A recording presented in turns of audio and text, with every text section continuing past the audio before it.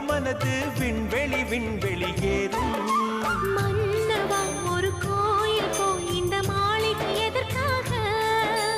தேவியே என் ஜீவனே இந்த ஆலயம் உனக்காக. வானில் ஒரு புயல் மழை வந்தால் அழகே என்னை எங்கனம் காப்பாய். கண்ணே உன்னை என் கண்ணில் வைத்து இமைகள் எனும் கதவுகள் அடைப்பேன். சத்தியமாகுமா? நான் சத்தியம் செய்யவா?